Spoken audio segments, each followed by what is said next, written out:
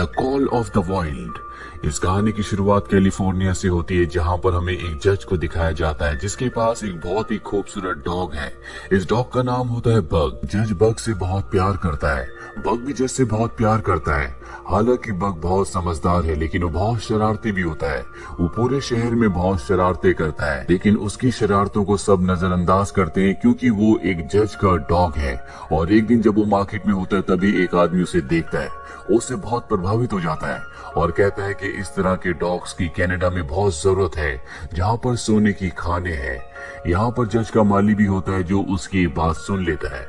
जज का अब बर्थडे होता है, जहाँ पर खाने की तैयारियां हो रही होती है और बग अपनी शरारतों के चलते खाने की टेबल को पूरी तरह से तहस नहस कर देता है, जिससे जज को गुस्सा आता है और वो रात को उसे घर से बाहर निकाल देता है। अब बग के पास अंदर जाने का कोई भी रास्ता नहीं होता और तभी उसे माली की आवाज आती है जो बग को अपने पास बुलाता है। बग जब उसके पास जाता है तो वो बग को एक बिस्किट दिखाता है, जिसे वो घोड़ा गाड़ी के अंदर फेंक देता है। बग भी घोड़ा गाड़ी के अंदर चला जाता है और तभी दरवाजा बंद कर दिया जाता है और हमें बाहर माली के पास उसी आदमी को दिखाया जाता है जिसने मार्केट में कहा था कि इस तरह के डॉग्स की कनाडा में बहुत जरूरत है, जहाँ पर सोने की खाने हैं। वो आदमी माली को कुछ पैसे देता है जो बग देख लेता है और अब बग को एक बॉक्स के अंदर बंद करके ट्रेन से एक दूसरी जगह ले जाया जाता है। और तभी वहाँ पर एक आदमी आता है जिसके हाथ में एक डंडा होता है। वो बग के बॉक्स को खोलता है। बग वहाँ से भागने की कोशिश करता है, लेकिन वो बग को मारकर वहीं पर गिरा देता है। बग को पहली बार जिंदगी में किसी ने मारा है, लेकिन बग किसी तरह से यहाँ से भागकर बाहर चला जाता है और जब वो बाहर जाता है तो देखता है कि वो एक समुद्री जहाज के ऊपर है। चारों तरफ समंदर है, यानी कि वो चाहकर भी यहाँ से नहीं जा सकता। अभी जहाज एक किनारे पर रुकता है, जो जगह बहुत ही ज्यादा ठंडी होती है। बग को यहाँ पर नीचे उतारा जाता है। तभी बर्फ गिरना शुरू हो जाती है, जिसे देखकर बग पूरी तरह से हैरान होता है क्योंकि उसने पहली बार जिंदगी में बर्फ देखी है। वो बर्फ में खेलना शुरू कर देता है और उसे मौका मिल जाता है और वो अपनी रस्सी छुड़ाकर यहाँ से भाग जाता है। और जब वो भाग रहा होता है तभी वो एक आदमी से टकराता है जिसका नाम जॉन है और यहाँ पर जॉन और बग पहली बार एक दूसरे को देखते हैं। इसके बाद बग को पकड़ लिया जाता है और उसे बाकी डॉग्स के साथ बेचने के लिए रखा जाता है। तभी वहाँ पर एक आदमी आता है जिसे बग बहुत अच्छा लगता है और वो बग को खरीद लेता है। दरअसल ये एक पोस्टमैन है जो स्लेट के ऊपर लोगों को उनके लेटर्स डिलीवर करता है, क्योंकि यहाँ पर बर्फ है, किसी भी तरह का और कोई भी वाहन यहाँ नहीं चल सकता और उसे अपने स्लेट के लिए एक और डॉग की जरूरत है जो अब बग है। बग को पीछे बांध दिया जाता है, लेकिन बग को बर्फ में चलना दौड़ना नहीं आता, इसीलिए बार बार स्लिप हो रहा होता है। अब रात हो जाती है और बग को बहुत ठंड लगती है। पोस्टमैन और उसकी जो गर्लफ्रेंड होती है वो टेंट के अंदर सो रहे होते हैं। बग वैसे बहुत शैतान होता है, इसीलिए वो चुपके से टेंट के अंदर जाता है और पोस्टमैन की गर्लफ्रेंड को बाहर निकालकर खुद अंदर सो जाता है। जल्दी पोस्टमैन की गर्लफ्रेंड की आंख खुलती है और वो बग को टेंट से बाहर निकालकर खुद वहाँ पर सो जाती है। बग को कुछ भी समझ नहीं आता कि वो इतनी ठंड में कैसे सोएगा और तभी वो अपने सामने एक काले भेड़िए को देखता है जो उसी को देख रहा होता है। बग उससे डर जाता है और जब वो पीछे जाता है तभी वो एक डॉग से टकराता है जो गड्ढा करके सो रहा होता है। वो डॉग वहां से उठकर चला जाता है और बग उस गड्ढे में सो जाता है। उसे समझ में आ जाता है कि बर्फ में कैसे सोया जाता है। अब अगली सुबह एक बार फिर से सब के सब डॉग स्लेड को खींच रहे होते हैं, लेकिन यहाँ पर बग को अब भी बहुत परेशानी हो रही होती है। वो सीख रहा होता है कि बर्फ में कैसे भागा जाता है। काम करने के बाद इन सबको खाने के लिए फिश दी जाती है और तभी स्लेड के सबसे आगे जो डॉग भागता है, जो सबसे ज्यादा अग्रेसिव और इगोस्टिक होता है, वो दूसरे डॉग की फिश को छीन लेता है।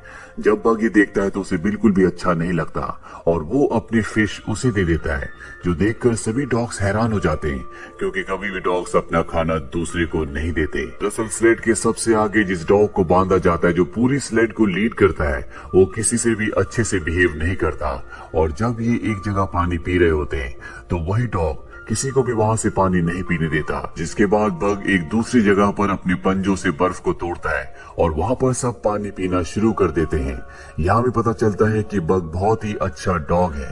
हालांकि वो अपने पुराने मास्टर जो कि एक जज था, उसके पास रहते हुए बहुत ज्यादा शरारती हो गया था क्योंकि उसने कभी भी उसे कुछ नहीं सिखाया था, लेकिन अब वो धीरे धीरे चीजें सीख रहा है। साथ ही दूसरे डॉग से उसकी दोस्ती भी हो रही है, पर फ्रंट डॉग उसे बिल्कुल पसंद नहीं करता। अब जैसे जैसे वक्त बीतता है बग को बर्फ में भागना आ जाता है। और एक दिन जब पोस्टमैन की गर्लफ्रेंड बर्फ को चेक कर रही होती है तो अचानक से वो पानी के अंदर बर्फ के नीचे गिर जाती है। पोस्टमैन उसे बचाने के लिए भागता है, लेकिन बग उससे पहले उस जगह पहुंचकर पोस्टमैन की गर्लफ्रेंड को पानी से निकालकर बाहर ले आता है, जिससे उसकी जान बच जाती है। इसके बाद पोस्टमैन की गर्लफ्रेंड, जिसे बग ने सबसे पहले टेंट से बाहर निकालकर खुद उसकी जगह पर सो गया था, वो बग को पसंद करना, प्यार करना शुरू कर देती है। साथ ही वो उसे खाना भी खिलाती है, जो देखकर फ्रंट डॉग, जो कि बग से बहुत ज्यादा जेलस है, पूरी तरह से गुस्से में आ जाता है। रात को बग एक खरगोश के साथ खेला करता था और आज भी जब वो उसके साथ खेल रहा होता है तभी वहाँ पर फ्रंट डॉग आ जाता है और वो उस खरगोश को मार देता है। इसके बाद वो बग के ऊपर भी हमला करता है, जिससे बग बेहोश हो जाता है। पर इससे पहले कि वो बग को मारता है, यहाँ पर वही काला भेड़िया आता है जो बार बार बग को दिखता है। वो उस फ्रंट डॉग को ऊपर चट्टान से नीचे फेंक देता है। अगली सुबह दिखाया जाता है कि पोस्टमैन अपने फ्रंट डॉग को बुला रहा होता है, लेकिन वो कहीं भी नहीं होता। इसीलिए आज बग को फ्रंट पर बांधा जाता है। इसके बाद बग बहुत तेज और बहुत अच्छी तरह से भागता है और ये देखकर पोस्टमैन और उसकी गर्लफ्रेंड बहुत ज्यादा खुश हो जाते हैं। और तभी पोस्टमैन देखता है कि ऊपर से बहुत सारी बर्फ नीचे की तरफ आ रही है, जिससे इन सब की जान जा सकती है। बग भी ये देख लेता है। पोस्टमैन उसे कहता है कि तुम्हें लेफ्ट जाना होगा। वो लेफ्ट का इशारा करता है, पर तभी बग देखता है कि राइट साइड में चट्टान के ऊपर वही काला भेड़िया है जो उसे पहले भी कई बार दिख चुका है। और वो राइट साइड एक गुफा के अंदर चला जाता है और बड़ी समझदारी से गुफा से भागता हुआ सबकी जान बचाकर सबको बाहर ले आता है। जिसके बाद ये उस शहर पहुंच जाते हैं जहां पर इन्हें सबके लेटर्स देने हैं। इस शहर में जॉन भी होता है। जॉन वही है जिससे कभी बग टकराया था। जॉन अपनी पत्नी को लेटर लिख रहा होता है।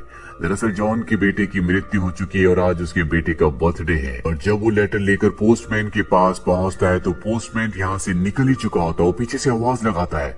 बग जॉन की आवाज सुन लेता है और वो रुक जाता है। इसके बाद वो खुद जॉन के पास जाता है और उससे उसका लेटर लेता है। और अब बग अपने मास्टर के साथ, पोस्टमैन के साथ और बाकी डॉग्स के साथ यहाँ से निकल जाता है। बग के जीवन में अब सब कुछ सही चल रहा होता है, पर एक दिन पोस्टमैन को गवर्नमेंट की तरफ से एक लेटर आता है जिसमें उसे बताया जाता है कि उस रूट को, जिस रूट में तुम लेटर्स देने के लिए जाते हो, उसे टेलीग्राफ से रिप्लेस किया जा रहा है। यानी कि वहाँ पर अब इलेक्ट्रॉनिक मैसेजेस भेजे जाएंगे। तुम्हें सभी डॉग्स को बेचकर वापस आना होगा। हालांकि वो ऐसा नहीं चाहता, लेकिन अब उसे सभी डॉग्स को बेचकर यहाँ से निकलना पड़ता है। और अब यहाँ पर एक बहुत बड़ा बिजनेसमैन आता है जो यहाँ पर सोना ढूंढने के लिए आया है, लेकिन उसे बहुत ज्यादा एक्सपीरियंस नहीं होता।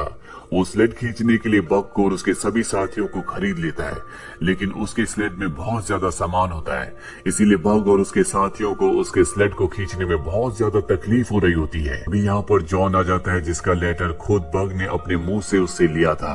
वो उस बिजनेसमैन को समझाता है कि जिस तरफ तुम जा रहे हो ये वक्त उस जगह जाने का सही वक्त नहीं है। लेकिन वो बिजनेसमैन जॉन की बात नहीं सुनता और वो अपने डॉग्स को लेकर उस तरफ निकल पड़ता है। सामान बहुत ज्यादा होने की वजह से यहाँ पर बग की हालत बहुत ज्यादा खराब हो जाती है। वो चल भी नहीं पा रहा होता और अब बिजनेसमैन उसे गोली मारने वाला होता है कि तभी यहाँ पर जॉन आ जाता है और वो उसे ऐसा करने से मना करता है। साथ ही उसे एक बार फिर से समझाता है कि तुम्हें आगे नहीं जाना चाहिए, लेकिन वो बिजनेसमैन उसकी बात नहीं सुनना चाहता। जॉन उसे धक्का देकर गिरा देता है और इसके बाद वो बग को स्लेड से अलग करके अपने साथ ले जाता है। बग बहुत ज्यादा जख्मी होता है, इसीलिए उसे 2 दिनों के बाद होश आता है। वो देखता है कि उसके पास जॉन है।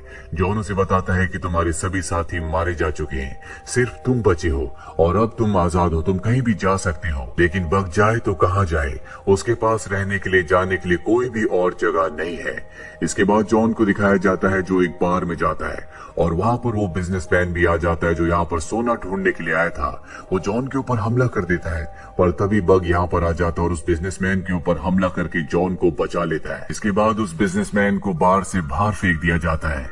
जॉन, जो कि बहुत ज्यादा ड्रिंक करता है क्योंकि उसके बेटे की मृत्यु हो चुकी है, उसके दिल में बहुत गहरा दर्द होता है और बग जब ये देखता है तो समझ जाता है कि ये सब जॉन के लिए अच्छा नहीं है। और अब जबकि वो जॉन के साथ ही रहता है तो एक दिन वो उसकी वाइन की बोतल को बर्फ के नीचे दबाकर ऊपर बैठ जाता है। जॉन उसे हटाने की बहुत कोशिश करता है, लेकिन बग इतना भारी होता है कि वो उसे हिला भी नहीं पाता। अब बग और जॉन एक दूसरे के साथ रहना शुरू कर देते हैं। एक दिन जॉन बग को एक नक्शा दिखाता है और बताता है कि इस नक्शे में एक जगह ऐसी है जहाँ पर बहुत सारा सोना है। मेरे बेटे ने इस पर एक लाइन खींची थी और कहा था कि अगर हमें सोने तक पहुंचना है तो हमें इस रास्ते से होकर गुजरना होगा। और इसके बाद जॉन और बग कश्ती से सोने की तलाश में नदी के रास्ते निकल पड़ते हैं। दरअसल अब बर्फ गल चुकी है और जब ये लगातार आगे बढ़ रहे होते हैं तभी इनकी कश्ती में होल हो जाता है, पानी भरना शुरू हो जाता है और इन दोनों को कश्ती छोड़नी पड़ती है। अब ये घने जंगलों से आगे बढ़ते इन्हें एक केबिन दिखता है जिसे देखकर ये दोनों बहुत खुश हो जाते हैं। अभी दोनों यहीं पर रहना शुरू कर देते हैं। वही हमें उस बिजनेसमैन को दिखाया जाता है जिससे जॉन की बार में लड़ाई हुई थी। वो गन लेकर जॉन को मारने के लिए उसके घर पहुंच जाता है, लेकिन जॉन वहां पर नहीं होता।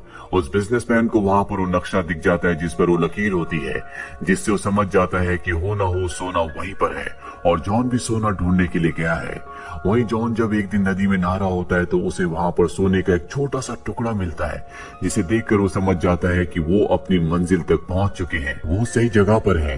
वो सोने के टुकड़े को देखकर बहुत खुश होता है और तभी बग भी पानी के अंदर डुबकी मारता और एक पत्थर को अपने मुंह में दबाकर ऊपर ले आता है। जॉन कहता है कि ये सोना नहीं है। इसके बाद बग एक बार फिर से डुबकी मारता है और इस बार वो सोने के बड़े से टुकड़े को बाहर ले आता है, पर जॉन उसकी तरफ नहीं देखता। बग को लगता है कि इस बार भी उसने गलत चीज को उठाया है, इसीलिए वो उसे वापस पानी में फेंक देता है। और तभी बग देखता है कि वहां पर एक सफेद रंग का भेड़िया है। वो उसका पीछा भी करता है लेकिन वो भाग जाते हैं। यहाँ पर भेड़िए भी रहते हैं और एक दिन जब एक भेड़िया पानी को नदी को क्रॉस कर रहा होता है तो उसका पैर स्लिप हो जाता है।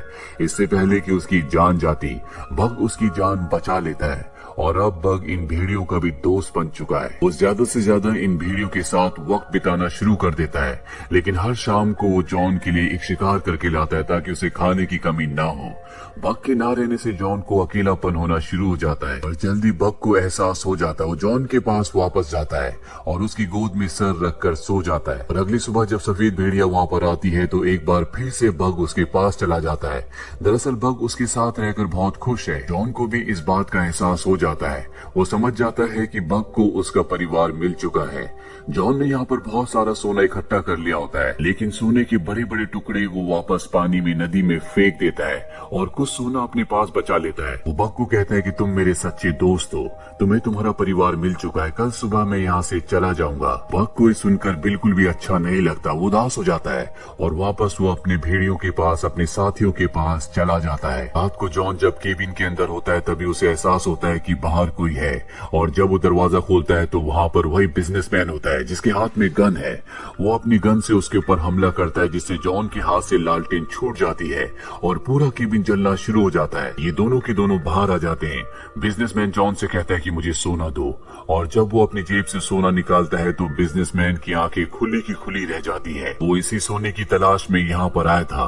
वो इससे पहले कि जॉन को मारता यहाँ पर बग आ जाता है जो उसके ऊपर हमला करके उसे घर के अंदर फेंक देता है, जिससे उसकी मृत्यु हो जाती है। जॉन को भी गोली लगी है, इसीलिए वो भी अपनी जिंदगी की आखिरी सांसें ले रहा है। बग उसके पास जाता है। जॉन उसे कहता है कि तुम्हें तुम्हारा घर मिल चुका है, अब तुम्हें अपने लिए जीना होगा। और इसके बाद जॉन की भी मृत्यु हो जाती है, जिसके बाद बग उस सफेद भेड़िए के साथ चला जाता है जो कि एक फीमेल भेड़िया है। कुछ वक्त बाद दिखाया जाता है कि बग के और उस सफेद भेड़िया के बच्चे भी हैं। साथ ही बग अपने पूरे झुंड का लीडर भी है, वो सबको लीड करता है। और बग ने वाइल्ड की दुनिया को अपना लिया है जिसने उसे कॉल किया था, यानी कि the call of the wild, यानी कि वाइल्ड की दुनिया ने उसे अपनाया है। और इसी के साथ बग की कहानी यहीं पर खत्म हो जाती है। ये फिल्म ईयर 2020 में रिलीज हुई थी। IMDb पर इसकी रेटिंग है 6.7। उम्मीद करते हैं कि ये कहानी आपको पसंद आई होगी।